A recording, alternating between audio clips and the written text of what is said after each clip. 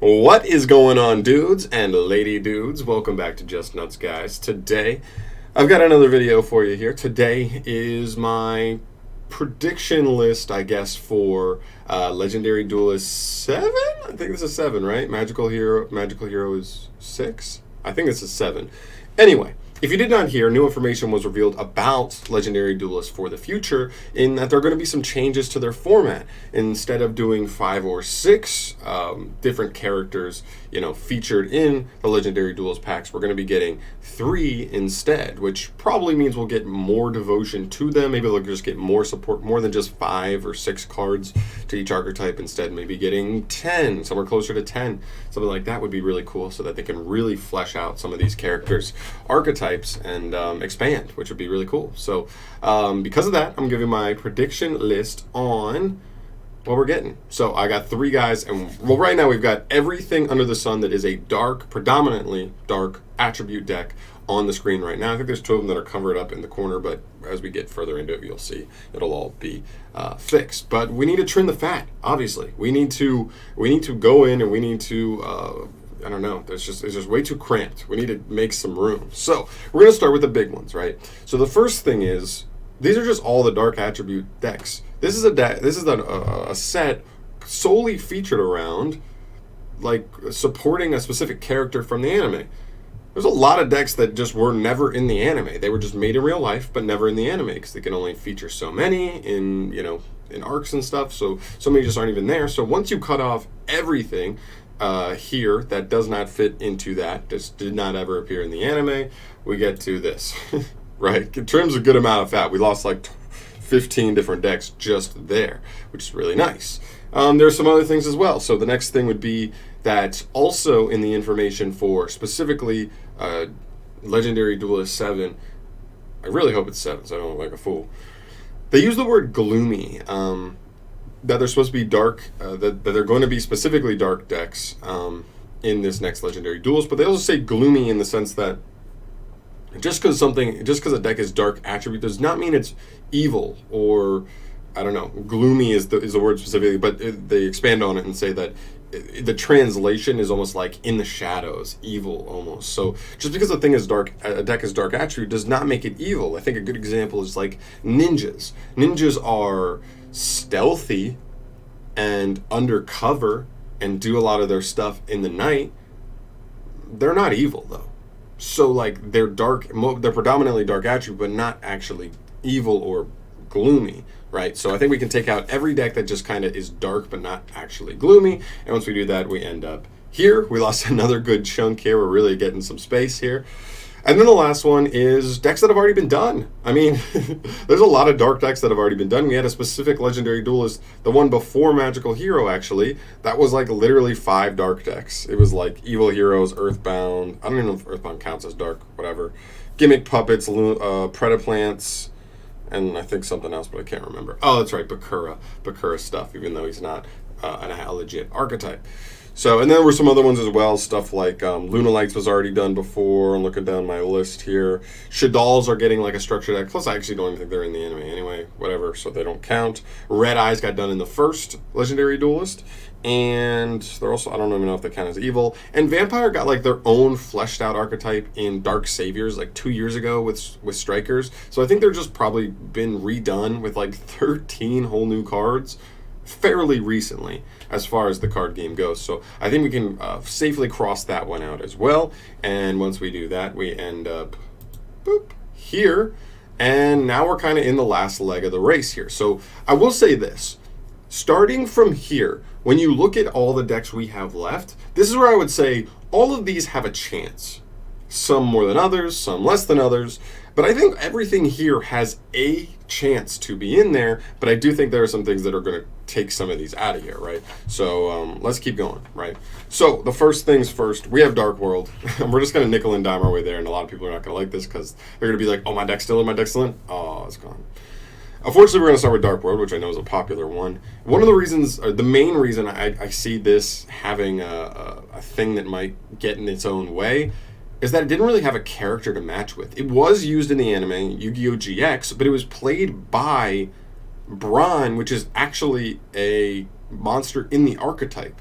So it was played by that like creature, you know, literally dueling with Dark Worlds, and so it doesn't have a necessary like character to put. You know what I'm saying? Like the thing about all the Legendary Duelists, Konami was to slap popular main characters, not necessarily main all the time, but popular characters in the show on the cover. If you slap Braun on there, like who's gonna be like, oh, that's from that one time in the anime? No, they're just gonna be like, oh, that's Braun. And so it like doesn't like make sense 100%. So for me, I think Dark World's gonna miss out without a popular character face to go alongside it. Next up, we have two that I think unfortunately are gonna be, I'm gonna move out of the way just because of straight up irrelevancy, and that's reptiles. I think reptiles, so I'm gonna consider Reptilian and Venom. I still think they do have a chance here, but I just think they're just like, reptiles always get shafted. Nobody like really seems to care about reptiles so much, or if they do, it's a very niche like part of the community. And so I think just part of like, unfortunately, for a better lack of a term, irrelevancy. So I'm gonna have to take Venom and Reptilian out of here. Next up, we have Dark Lords. Now this is a really interesting case because there were Dark Lord monsters played in the anime by a couple different characters, but they didn't play Dark World as a deck. The only character that ever played Dark World as a deck was a character very specific to the manga. She was never in the anime. And so without a character in the anime that actually ever played it, I think Konami's going to avoid going for a wave of Dark Lord support just on the fact that there's like, what character do you use? You can use Rebecca Hawkins because technically she used a Dark Lord monster in her deck, but like nobody thinks of Rebecca Hawkins and goes, oh yeah, the Dark Lord player. Like, no. So I think, like, again, kind of with mismatching with characters, keep in mind this is a character support set, I think Dark Lords are going to miss out here. Next up, we've got Cubics. This one, again, kind of a character thing. This deck only really was in the anime in the movie. I think it's Dark Side of Dimensions? Hopefully I'm getting the name right. I never saw the movie. I actually want to see it. But yeah, it was movie specific. It was an antagonist kind of type character. Cool character. It's a cool deck. It's gotten cool support. But again, it's just a movie like deck. And so because it's so specific to that, I don't think they're going to move that in. So we're going to move on next. Thunder. Thunder's pretty obvious here. Like, one, the deck just got banned. Well, Colossus just got banned, the best card in the deck. And other than that, it's too meta. Like, why is Konami's not going to give 10 new support cards to a deck that's already meta, and they have another support card coming in Eternity Code. So I just really don't see Thunder Dragon coming in here. But for every other criteria, it kind of fit.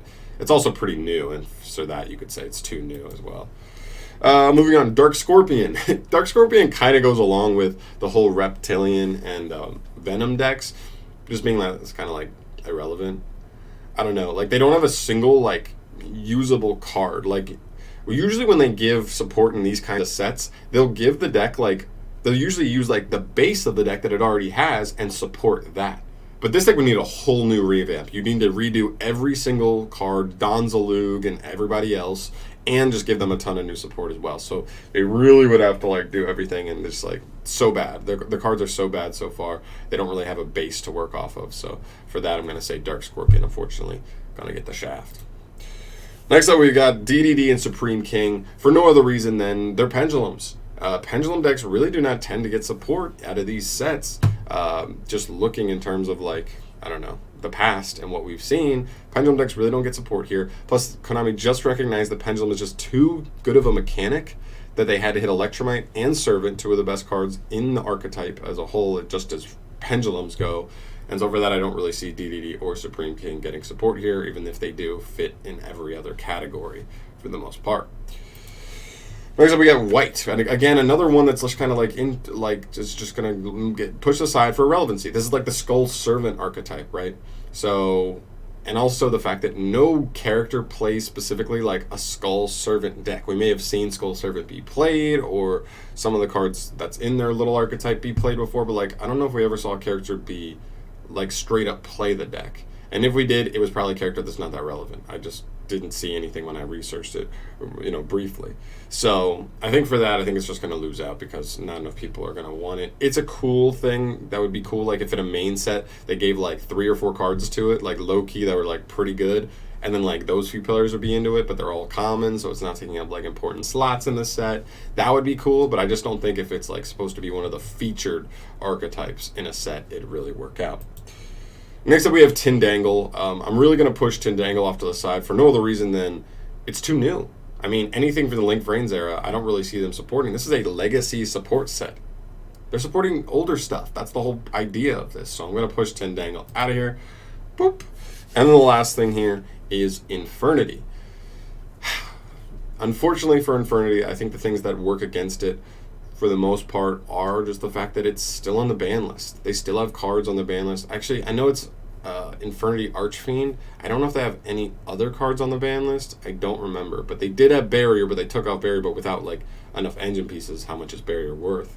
I kind of have like Zodiac pauses about this, where with like Link Vrains pack, people talked about like, what if Zodiac's got a Link monster? That'd be a cool deck to get a Link monster. And I was like, they're not getting a Link monster when Konami won't even take a card off the ban list yet.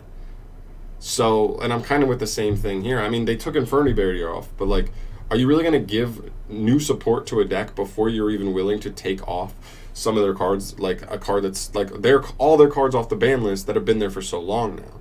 I don't really see it happening, and so for that, I'm going to push Infernity out. Plus, MR5 is coming, and we know that's like, I believe, an XZ's base deck that can kind of just rank 4 out the booty hole. So that's also pretty scary, and so for that, I see Konami playing it safe there. Which leaves us with our final 3, or so you'd think. See, whenever I do a prediction list like this, I always like to throw in one flyer. And so even though these are the 3 left, I'm actually going to take one out and bring in a new, more surprising pick, right? So, we've got Cyberdark, Archfiend, and Fluffle. Unfortunately, the one that's going to get the shaft this time, unfortunately just barely missing out, and I think it fits every other category, is Fluffle. I'm sorry to Fluffle players out there that were hoping that I would say like they're going to be in. The problem I have with Fluffles is they're predominantly dark, but as you saw, Kraken's water. And like half of their Fluffle monsters, actually I think almost all of them, are not dark. It's the edge imp stuff and a good amount of the fright for monsters in the extra deck. So like not being fully dark is a thing there. And so, I don't know. I think that's something that, but I think both of these kind of covered that they're pretty pure dark, and I think they fit so well. Zane being such a popular character, combined with like, it's like the dark Zane, the evil Zane. People loved this archetype when it came out. I was super into it, but then we quickly found out it wasn't good enough. They've gotten a couple of support cards here and there, but it's nowhere near enough. It would be really, really clean to see a second wave of support here for Cyberdarks, and then Archfiend, just classic. That's like my main thing here, is it's just so classic. I would be in awe if Archfiends are not in this Legendary Duelist, but we'll have to wait and see. But I know what you're wondering, John, what's the last one? If not those, what's your flyer pick? And I'll tell you. My flyer pick's not really an archetype. Well, it sort of is, sort of isn't. But it's zombies. Generic zombies. And you might say, like, John, how are they going to support like just generic zombie cards? Like, how does that work? And really what I'm saying here is I'm relying more on Bones carrying me there than zombies as an archetype carrying me there. I believe that Bones fits this so well, right? This is a dark-based Legendary Duelist set, and Bones has not been in one yet. How is it even possible with all the characters we've got? We've gotten Mako Tsunami, Bandit Keith, you know what I mean? Like, all these characters that are, like, kind of those side characters that got a little show in the spotlight, and I think this is a perfect time for Bones. Bones has been in a ton of their games as, like, a character to play against in a ton of the video games that came out, as well as he's like pretty big in Duel Links. He has his own skill cards in speed duels and stuff. Like, Konami likes Bones, and he's dark like zombies, and I think he just fits the mold. I think this is a time to come into the limelight with a whole new wave of support. Even though he does not have an archetype, he just kind of played zombie monsters. His like main zombie monster that he happened to have as like his boss monster was like the Pumpkin, the king of pumpkins. I don't remember what it's called, but you know what I mean, the pumpkin card. And maybe they could build around that. Like, Dark Necrofear's not good anymore. Pumpkin's not good. I don't know if Pumpkin was ever good, but they could build stuff around it that necessarily doesn't even need to play it itself and kind of create a new archetype about it. And for that, I think I could see that with Bones kind of getting the Bakura treatment, where he didn't have an archetype, but he got support cards that are just kind of around cards that he played at one point or another.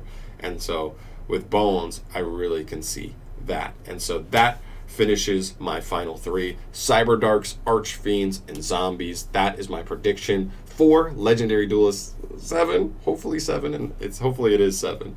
Yeah, I think that's pretty much it, guys. Let me know your thoughts. Let me know if you think I'm off base on one of these, because I could be. But I went through all the dark, decks in the game. I did a lot of research on this, but this is it.